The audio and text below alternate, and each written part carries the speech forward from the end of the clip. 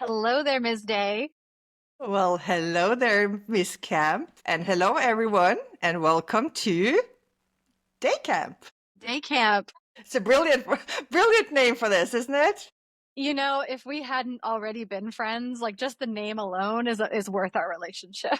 Yeah, that's so true. And the funny thing is that the first time we met, we met to talk about a camp that I was arranging in Tuscany. And then when I was introduced to you by someone else and I heard that your name was Camp, I just thought like, this is too good to be true.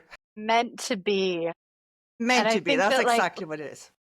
the camp part of it, I do remember having that conversation with you. And like the real reason I was talking to you at that time, which was a little over, gosh, it's a year and a half ago now, feels like yesterday, was because we had so much in common with our passions for making an impact on leaders and teams and organizations and just like making work life a worthwhile part of life. And I had so much stuff I needed to sort out for myself at that moment. And I got to talk to you. And then you were describing this camp to me in Tuscany. And I was, having that conversation more as a like learning, how does this look? Why are you doing this, Annicken? And then you invited me.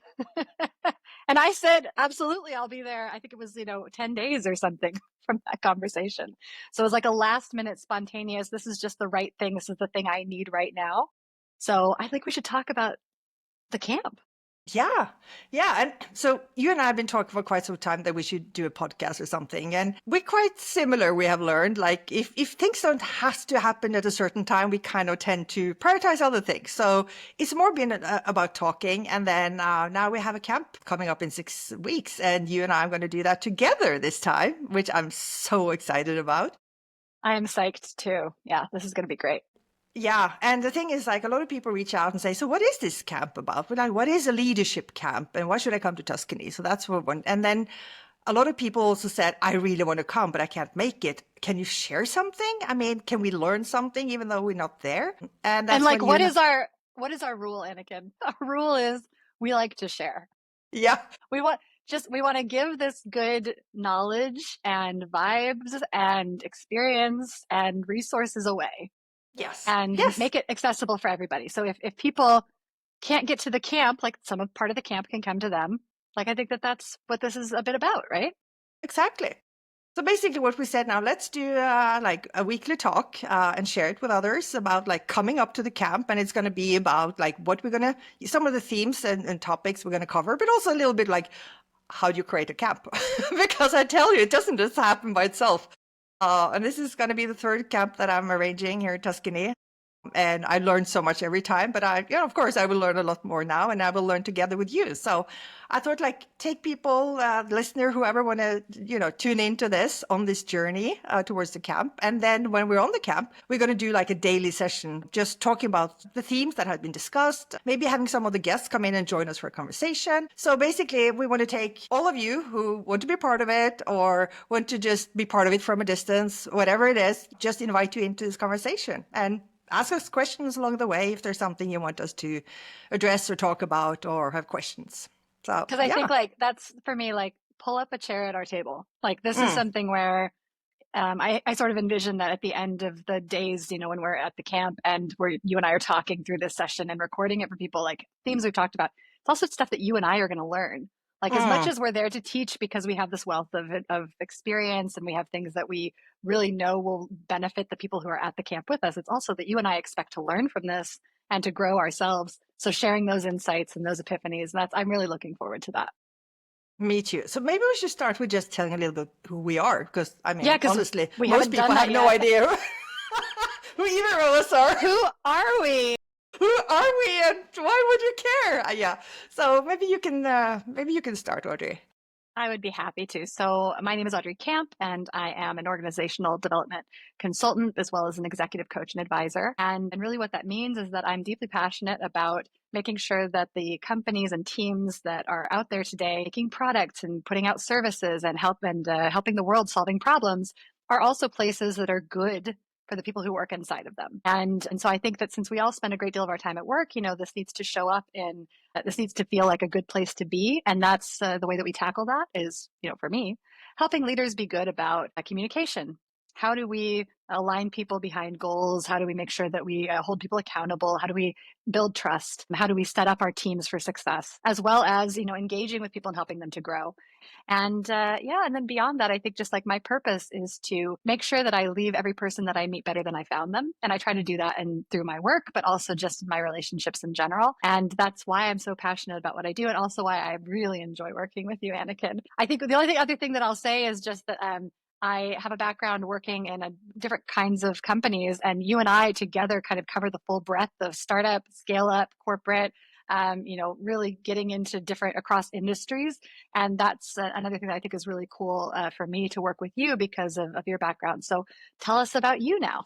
Well, you have one more thing you can mention, like where you're from and where do you live? I think that's an Like, interesting part of I it as should well. say that. So I'm wearing my California necklace because it's always close to my heart. I'm originally from California and I moved to Norway 15 years ago. And I just recently got my Norwegian citizenship. So I'm actually both. I knew. No, So fantastic. now I'm both American and Norwegian, which is pretty exciting. And so that's why maybe it's kind of slipping my mind. I used to really introduce myself as like a Californian, and now that's Yeah. true, but I'm also Norwegian, which is also fun.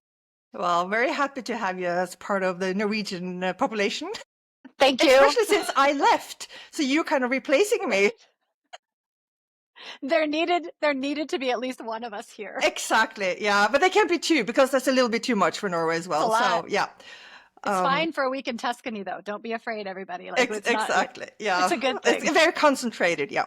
So I'm born and bred Norwegian, but I've been living in California for quite a few years. But currently I live in Tuscany. And after I came to Tuscany just 2 years ago, I really felt like this is where I want to live. And then, of course, I also spend a lot of time outside Tuscany for work. And so I travel and I go to Norway quite often. I go to the US often. And so that's kind of why I'm a Norwegian in Italy that has lived in California. So you and I, we kind of been switching a little bit roles. But just to give a little sense of who I am, I have been working with the same kind of things that Audrey now said, talked about. Won't go into too much, but culture and leadership has kind of been the theme of my whole career. And it did start already early days when I realized the grown-ups, they didn't seem to have fun when they went to work. And I kind of decided that I want to be happy when I grew up. So I ended up making a career, not only making myself happy, but also helping to make other people happy. So that kind of was the whole, if I say the North Star on all the choices that I made in my life, being happy, feeling joy, and also the sense of freedom, which is why I now have my own company and I have been an entrepreneur for the last 13 years. But before that, I worked in the corporate world. I was in Tandberg, which was a fantastic Norwegian startup, and was part of growing that until it was sold to Cisco. We were able to build like the best place to work in Norway, and also joined Cisco for a few years, which has actually been awarded the best place to work in the world. So I've been lucky to work in some pretty awesome companies, and through that journey learned a lot of things that I have been kind of putting into different kinds of concepts that I now bring out to the corporate world. So I've been working with lots of startups, lots of large companies over the last 13 years all over the world, and absolutely loved what I do because I really get to see, just like Audrey says, like make an impact and see a difference with what we do. So with all this, and also, yeah, I just want to mention, I have a book called Fly Butterfly, and it is kind of a business novel. I just heard recently someone said that Fly Butterfly was like Eat for the Smart Business People. And then a man said like, well, I wouldn't read Eat, Pray and Love, but I definitely read Fly Butterfly because it was more relatable to him. So anyway, I'll stop there because I can go on, but this is kind of the background. And the reason that we wanted to share this is that even though a lot of people now talk about the importance of being engaged and having a purpose and all that, most business leaders out there still struggle with how to actually do it. And I think that's, Audrey, where you and I come in, because we have done this in practice over many years. And we're working very close with leaders today and helping them do this in practice with some very concrete advice on how to create these kind of workplaces where people show up in the morning with shiny eyes and are able to give their best, do amazing work as a consequence. I think it's, as you say, that, that we're practitioners as well, like the practical part of what we do.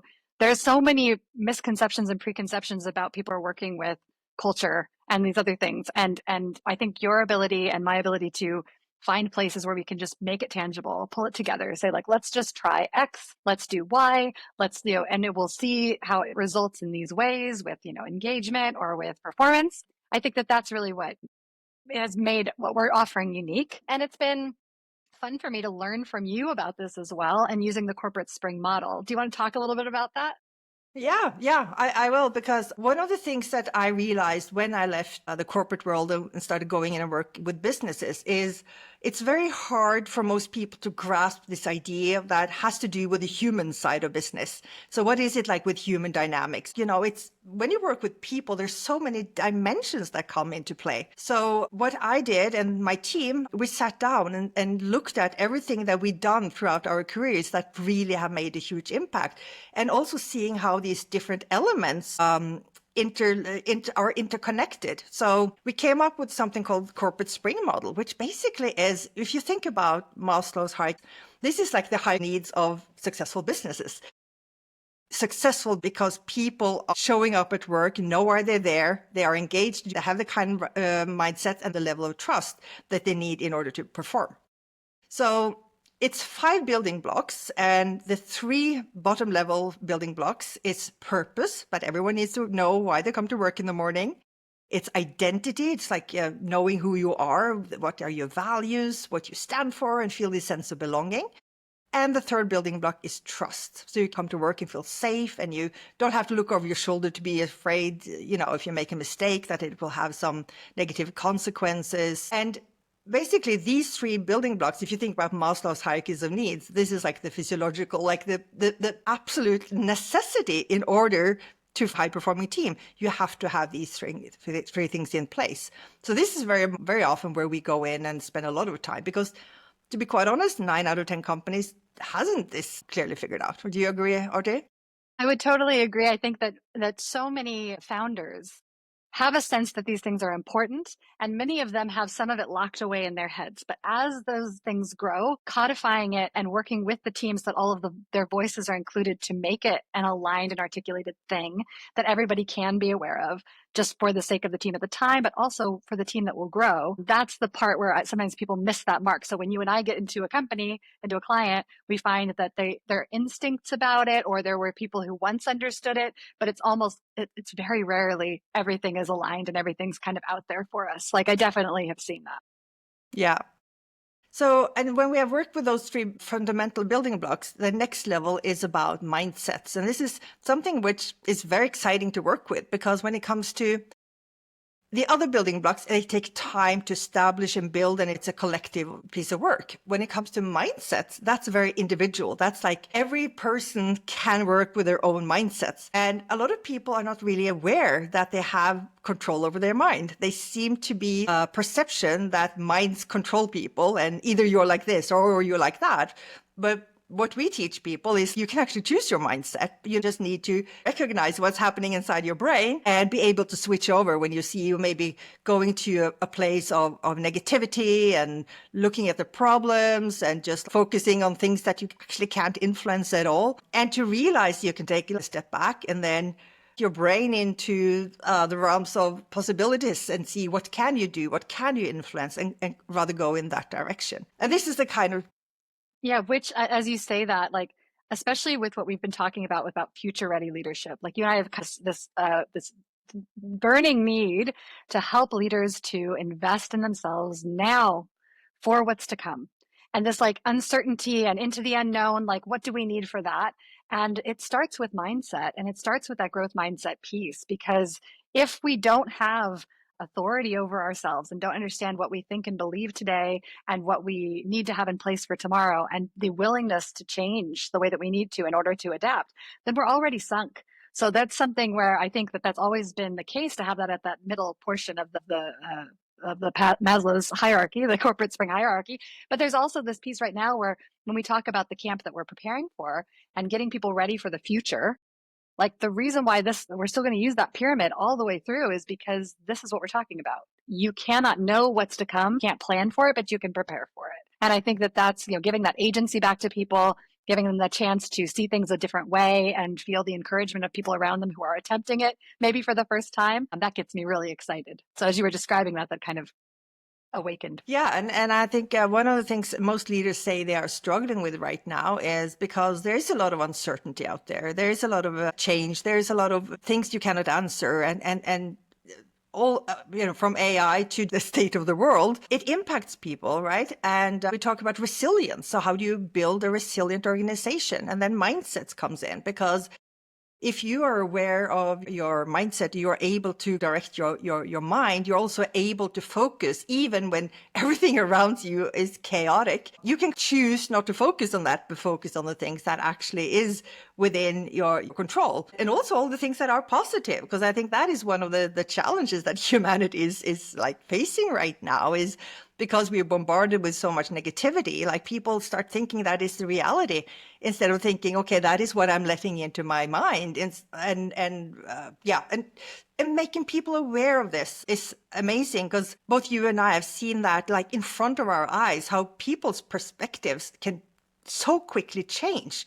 And this is a powerful tool to learn as a leader, not only for yourself, but also to use this actively in the way you lead and help other people look at the positive side, to look at the opportunities and all that. So if you want to create a high performing organization, you need to have an organization where people are focusing in on the things they can do and are energized and positive towards kind of all the opportunities that are there, not all the problems.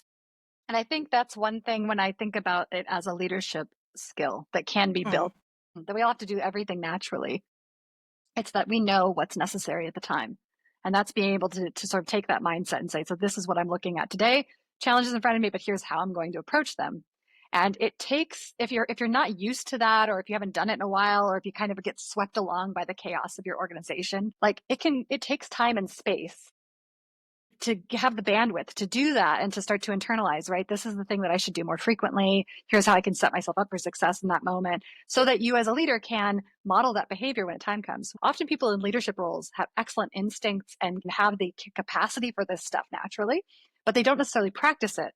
And that's, has a lot to do with the environment around them, or, just, circumstances that seem outside their control. But the mindset is always within our control.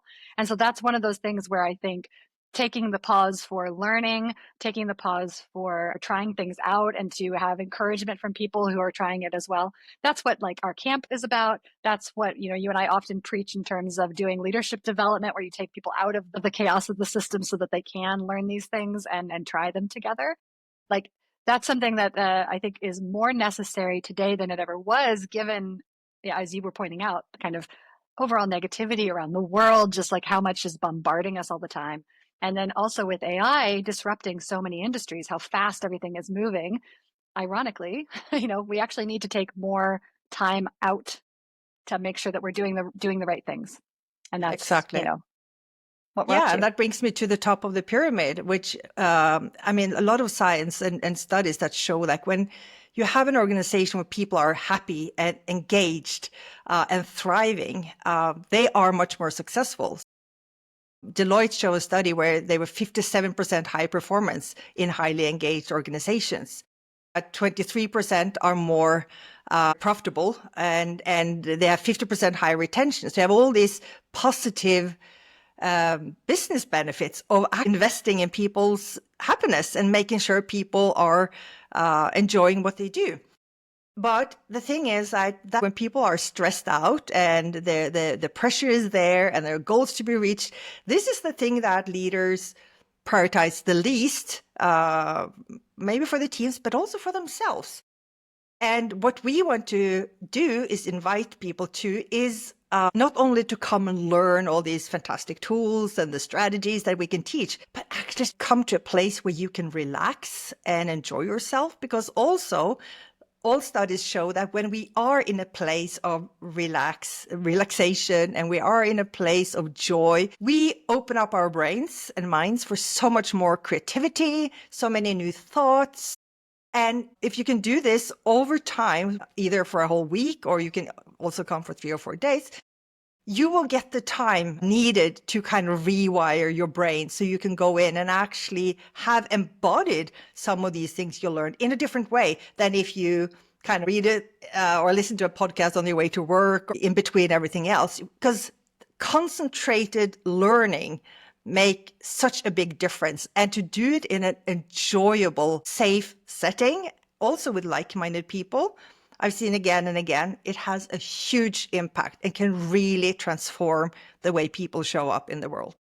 I think about the camp that I attended as a camper a couple years ago. And, you know, this is no surprise to me, and yet it surprises me every time because there's something about stepping out of the norm, whatever the norm looks like for you, just stepping outside of that and putting yourself intentionally in the path of things that are relaxing, you know, the vistas outside the window, the food on the table, the people who are in a sharing mode by default.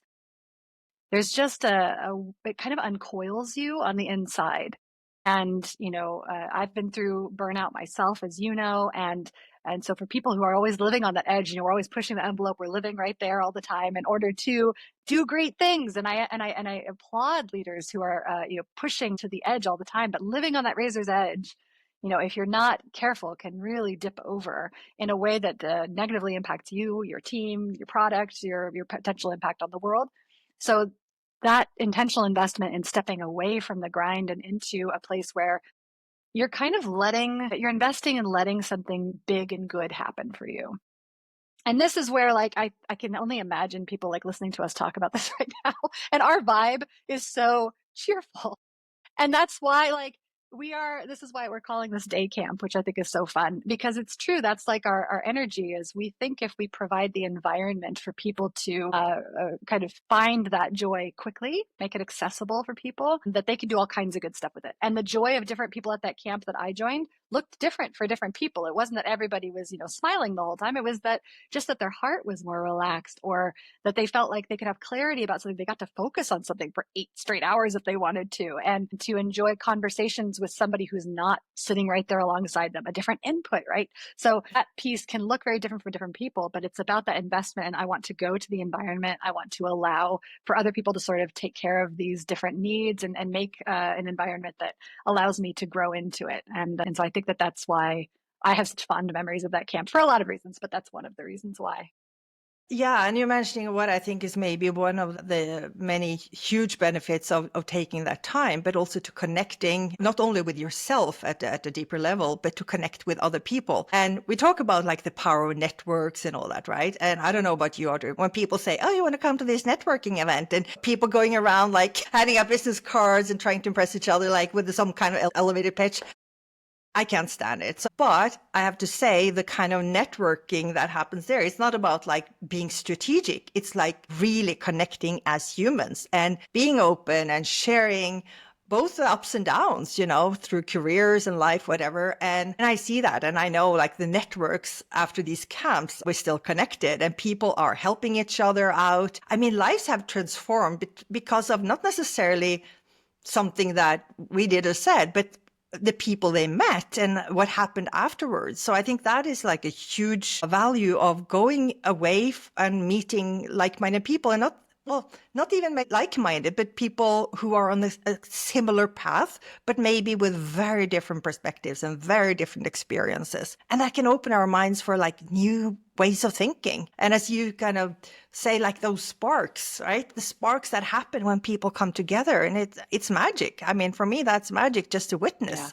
No, that's what it's all about. And I think that, as you say, like the networking piece, I don't mind going to a networking event mostly because I'm not networking, I'm relationship building. I go there and I genuinely want to know who these people are, and I have something that I want to give to them as well as something that I want to get. And it's not transactional. It's like what we're talking about is something deeper. I don't like those little surface levelly flexy conversations. It's like, let's get together and figure out what have we got in common? What are we struggling with? What's a celebration that we have in mind? What's new? Like that's the stuff that's so fascinating and fun. And I think that environments like this one, where it's like the whole point is that this group of people has opted to step outside. They're going to step outside of where they've been, and they're going to bring them their whole selves and start to reach across and say, here's something that's going on with me. Here's something I have a question about. Here's something that I know is going to be a challenge and I'm not sure how to handle it. Just that fun sense of discovery. That's like enough for this group to kind of get together and have a huge impact on each other. And you and I have seen that now, as you say, through multiple camps of yours. And of course, for me, you know, I've worked with, you know, writing retreats and many other creative aspects as well. It never fails. if you take the opportunity to get away, and I like to say it's not a retreat, it's a charge. You are not away from anything. You're not surrendering. You're not like, bed lying flat on your back for this period. You're out there to get recharged. You're out there to get energy. And you go there and you're like, okay, I just need to have something. I don't know what it is, but I'm here. Let's find it. And like letting it come to you, because almost without fail, it does. Yeah, and that's also why we chose the word camp and not retreat, right? Because it's active, it's social, it's engaging. You're coming together, you're there to create something. And our goal is like you come there and you leave with, maybe not a new person, but you leave like feeling recharged and with lots of new ideas and even plan of what you're going to do. Because sometimes you can go away and, you feel relaxed and you come back and everything's the same. But we want to encourage and inspire people to make actual changes and start creating those changes already at the camp. So when you get back, you hit the ground running, so to speak. So that's kind of the idea. I think we should talk about what it takes to put together a camp. I think so too. But you know what, Audrey? We said we wouldn't make this too long. And this is like our first little test. We're 30 minutes in. So why don't we do that next time? So we're going to do these regularly up until the camp. And for those of you who are listening now, if you think this is interesting to listen to, I hope you will like tune in again. And we will also talk more about what it means to be a future ready leader. And we're going to talk about some of the very concrete tools that we are going to train people on and some of the mindsets, and also a lot of the fun part of putting this whole thing together, and anything else that comes up. We're like happy amateurs doing this. No idea if this is going to fly at all. So if no one listens, I mean, we're having fun anyway, aren't we, Audrey? I mean, we would have had this conversation anyway. So let's have it where people can listen to us. And I think that's like, if there's anything that people take away from this, like this is us. I'm really looking forward to having these conversations and sharing our stuff, because I want us to be transparent. And like, if we want to build trust, we give trust. Like I want to share with people, what does it take? Why do we do it? Who are we? What are we going to do next? And what does it take to put it all together? We're going to share it all. We're going to put it all out there. And I hope people really enjoy listening. And if there's something, y'all, if you're listening and you're like, oh, I hope that they'll talk about X, put a comment in the comment field, send us a message. Like you can get to us. My website is audreycamp.com. Annickens is corporatespring.com. And you can get to us that way as well through our contact us fields. Yeah, and I will put down all the links and everything, and including the link to the camp if you want to check it out. So, We'd love to have you there. Yeah, well, this was fun, Audrey. So I'll see you soon again. And the rest of you, thanks for listening, and we'll be back soon. Have a great day. Have fun. Bye.